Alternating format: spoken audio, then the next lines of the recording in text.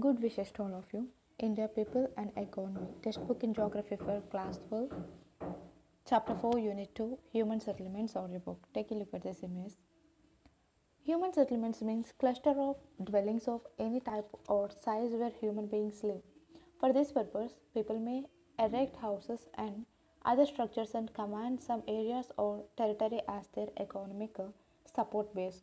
Thus, the process of settlement inherently involves grouping of people and apportioning of a territory as their resource base. Settlements vary in size and type. They range from a hamlet to metropolitan cities. With size, the economic character and social structure of settlements changes, and so do its ecology and technology. Settlements could be small and sparsely spaced. They may also be large and closely spaced. The sparsely located small settlements are called villages, specializing in agriculture or other primary activities. On the other hand, there are fewer but larger settlements which are termed as urban settlements, specializing in secondary and tertiary activities. The basic differences between rural and urban settlements are as follows. The rural settlements drive their life support or basic economic needs from land-based primary economic activities, whereas urban settlements depend on processing of raw materials and manufacturing of finished goods on the one hand and a variety of services on the other. Cities act as nodes of economic growth, provides goods and services not only to urban dwellers but also to the people of the rural settlements in their hinterlands. In return for food and raw materials, this functional relationship between the urban and rural settlements takes place through transport and communication network. Rural and urban settlements differ in terms of social relationship, attitude, and outlook. Rural people are less mobile and therefore social relations among them are intimate. In urban areas, on the other hand, way of life is complex and fast and social relations are formal. Take a look at sorry types of rural settlement.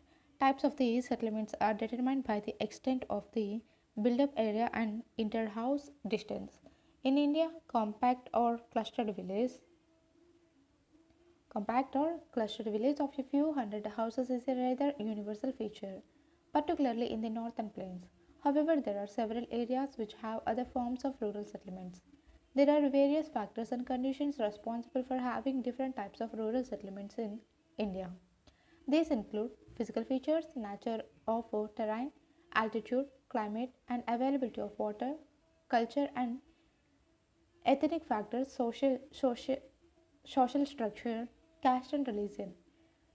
Security factors, defense against thefts and robberies. Rural settlements in India can broadly be put into four types: clustered, agglomerated or nucleated, semi clustered or fragmented, hamleted, and dispersed or isolated.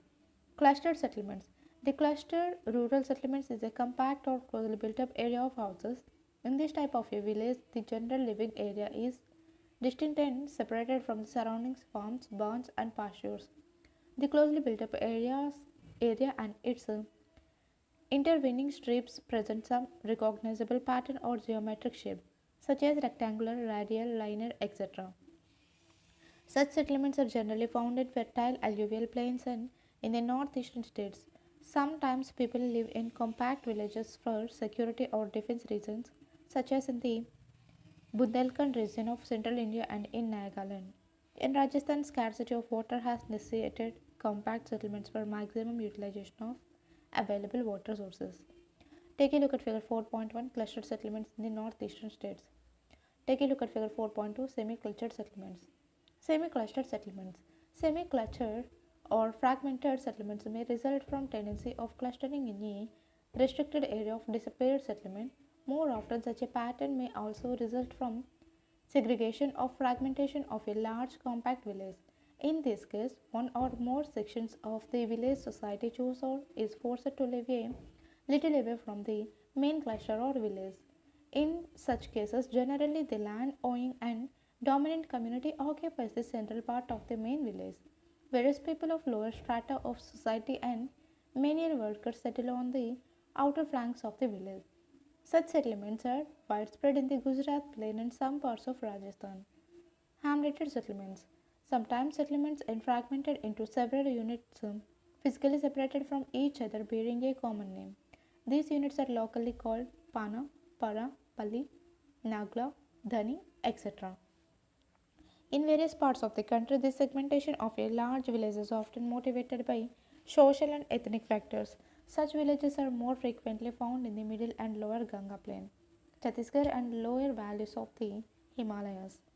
Dispersed settlements. Dispersed or isolated settlement pattern in India appears in the form of isolated huts or hamlets of few huts in remote jungles or on small hills with farms or pasture on the slopes. Extreme dispersion of settlement is often caused by extremely fragmented nature of the terrain and land resources base of habitable areas. Many areas of Meghalaya, Uttarakhand, Himachal Pradesh, and Kerala have this type of settlement. Urban settlements. Unlike rural settlements, urban settlements are generally compact and larger in size. They are engaged in a variety of non agriculture, economic, and administrative functions. As mentioned earlier, cities are functionally linked to rural areas around them. This exchange of goods and services is performed sometimes directly and sometimes through a series of market towns and cities. The cities are connected directly as well as indirectly with the villages and also with each other. You can see the definition of towns in chapter 10 of the book Fundamentals of Human Geography. Take a look at figure 4.3, Dispersed Settlement in Nagaland. Take a look at figure 4.4, a view of the modern city. Evolution of towns in India. Towns flourished since prehistoric times in India, even at the time of Indus Valley civilization. Towns like Harappa and Mohenjo-daro were in existence. The following period has witnessed evolution of towns. It continued with periodic ups and downs until the arrival of Europeans in India in the 18th century. On the basis of their evolution in different periods, Indian towns may be classified as ancient towns, medieval towns, and modern towns. Ancient towns. There are a number of towns in India having historical background spanning over 2000 years. Most of them developed as religious and cultural centers. Varanasi is one of the important towns among these. Prayag, Allahabad, Pataliputra, Patna, Madurai are some other examples of ancient towns in the country. Medieval towns. About 100 of the existing towns have their roots in the medieval period. Most of them developed as headquarters of principalities and kingdoms. These are fort towns which came upon the ruins of ancient towns. Important among them are Delhi, Hyderabad, Jaipur, Lucknow, Agra, and Nagpur. Modern towns. The British and other European have developed a number of towns in India starting their foothold on coastal location. They first developed some trading ports such as Surat, Daman, Goa, Pondicherry, etc. The British later consolidated their hold around three principal nodes Mumbai, Bombay, Chennai, Madras, and Kolkata, Calcutta, and built them in the British style, rapidly extending their domination either directly or through control over the princely states. They established their administrative centers, hill towns, and summer resorts, and added new civil, administrative, and military areas to them. Towns based on modern industries also evolved after 1850. Jamshedpur can be cited as an example. After independence, a large number of towns have been developed as administrative headquarters. Example Chandigarh, Bhubaneswar, Gandhinagar, Dispur, etc. And industrial centers such as Durgapur, Bhilai, Sindri, Barni. Some more towns also developed as satellite towns around metropolitan cities such as Ghaziabad, Rohtak, Gurugram around Delhi. With increasing investment in rural areas, a large number of medium and small towns have developed all over the country. Take a look at table 4.1 India Trends of Urbanization 1901 to 2011. Year number of towns by UAS urban population in thousands, percent of total population, decennial growth in percent. 1901 1827 25,851.9 10.84%. 1911 1815 25,941.6 10.29, 0.35. 1921, 1949, 28,086, 28,086.2, 11.18, 8.27. 1931, 2072, 2072, 33,456.0, 11.99, 19.12. 1941, 2,250, 44,153.3, 13.86, 31.97. 1951, 2,843, 62,443.7, 17.29, 41.42. 1961, 2,365, 78,936.6, 17.97, 26.41. 1971, 2,590,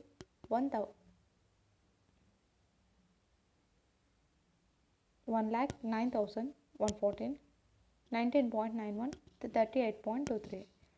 1981, 3,378, 1,59,463, 23.34, 46.14.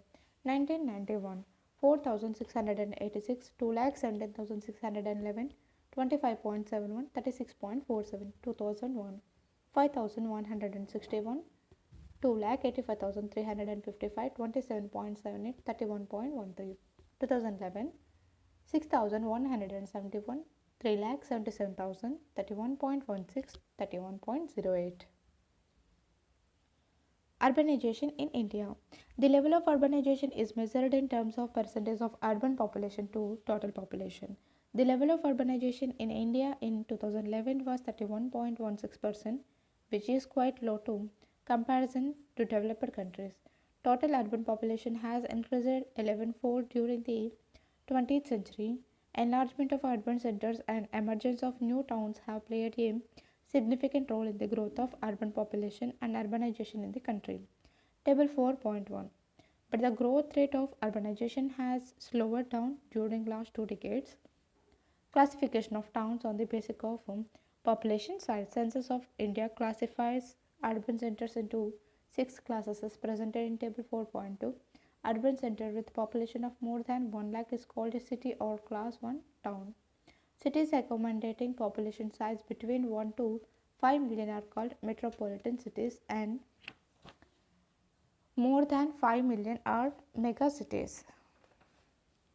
Take a look at figure 4.5. India distribution of urban population percentage according to size class of urban center 2011. 1, 2, 3, 4, 5, 6.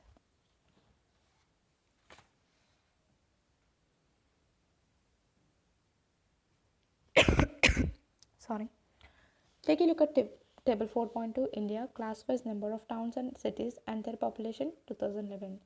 Class, population size, number of cities, total urban population in thousand, percentage of total urban population. Class 1, 1 lakh and more, 468, 2 lakh, 27,899, 60.45. Class 2, 50,000 to 99,999, 474, 41,328, 10.96.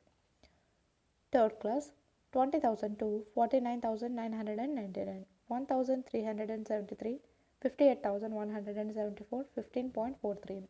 Fourth class, 10,000 to 19,999, 1,683, 31,866, 8.45.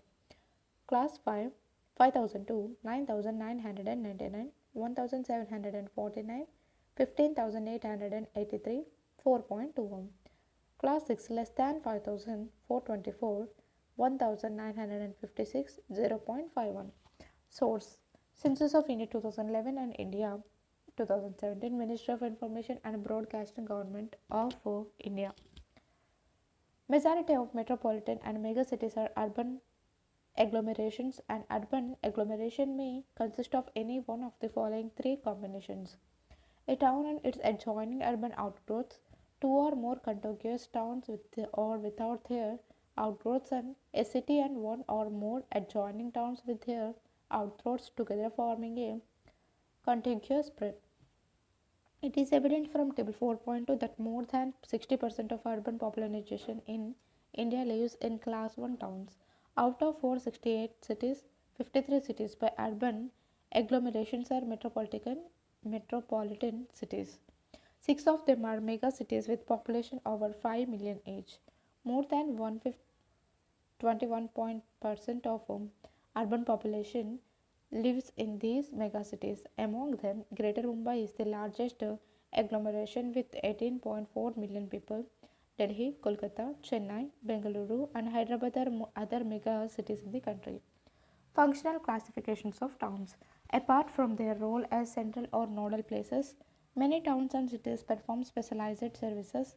Some towns and cities specialize in certain functions and they are known for some specific activities. Products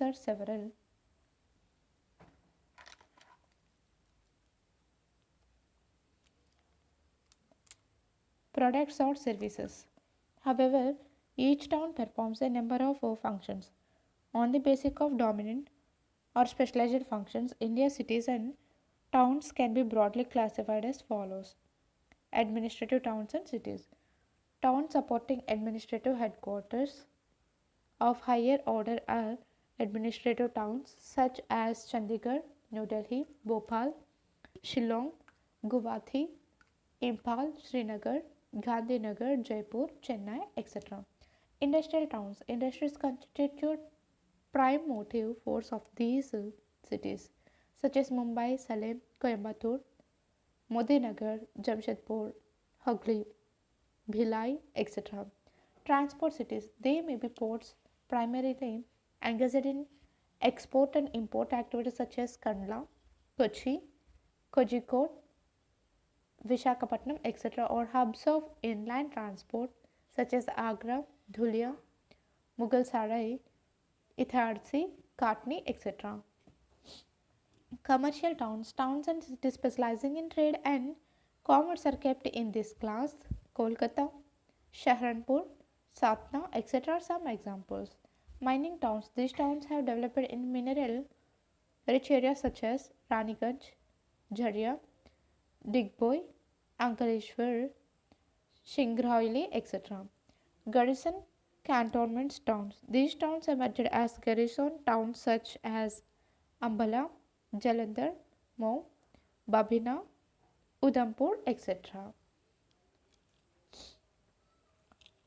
Take a look at table 4.3 India population of million plus cities by urban agglomeration 2011. You can see here 53 cities uh, with names and population. You can study well.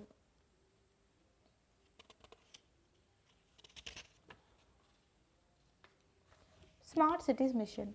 The objective of the Smart City Mission is to promote cities that provide core infrastructure, a clean and sustainable environment, and give a decent quality of life to its citizens. One of the features of smart cities is to apply smart solutions to infrastructure and services in order to make them better. For example, making areas less vulnerable to disasters, using fewer resources, and providing cheaper services. The focus is on sustainable and inclusive development, and the idea is to look at compact areas, create a replicable model which will act like a lighthouse to other aspiring cities. List the urban agglomerations, cities, statewise, and see the statewise population under this category of cities. Educational towns. Starting as center of education, some of the towns have grown into major campus towns such as Roorkee, Varanasi, Aligarh, Pilani, Allahabad, etc. Religious and cultural towns. Varanasi, Mathura, Amritsar, Madurai, Puri, Ajmer, Pushkar, Tirupati, Kurukshetra, Haridwar, Ujjaini came to prominence due to their religious cultural significance. Tourist towns. Nainital, Mussoorie, Shimla, Pachmarhi, Jodhpur, Jaisalmer, Udgamandalam, Ooty, Mount Abu are some of the tourist destinations The cities are not static in their function. Their functions change due to their dynamic nature. Even specialized cities, as they grow into metropolises, become multifunctional, wherein industry, business, administration, transport, etc., become important. The functions get so intertwined that the city cannot be categorized in a particular functional class. Exercise. Choose the right answer of the following from the given options. Which one of the following towns is not located on a river bank? Agra, Patna, Bhopal, Kolkata. Which one of the following is not the part of the definition of a town as per the census of India? Population density of 400 persons per square kilometer, presence of municipality, corporation, etc. More than 75% of the population engaged in primary sector, population size of more than 5,000 persons. In which one of the following environment does not accept the presence of dispersed rural settlements? Alluvial plains of Ganga, arid and semi-arid regions of Rajasthan, lower valleys of Himalayas, forests and hills in northeast. Which one of the following group of cities have been arranged in the sequence of their ranks, that is 1, 2, 3 and 4 in size? Greater Mumbai, Bengaluru, Kolkata, Chennai. Delhi, Great Mumbai, Chennai, Kolkata. Kolkata, Greater Mumbai, Chennai, Kolkata. Greater Mumbai, Kolkata, Delhi, Chennai. Answer the following questions in about 30 words. What are Goritian towns? What is their function? How can one identify an urban agglomeration? What are the main factors for the location of villages in desert regions? What are metropolitan cities? How are they different from urban agglomerations? Answer the following questions in about 150 words. Discuss the features of different types of rural settlements. What are the factors responsible for the settlement patterns in different physical environments? Can one imagine the presence of only one function town? Why do these cities become multifunctional? Thank you.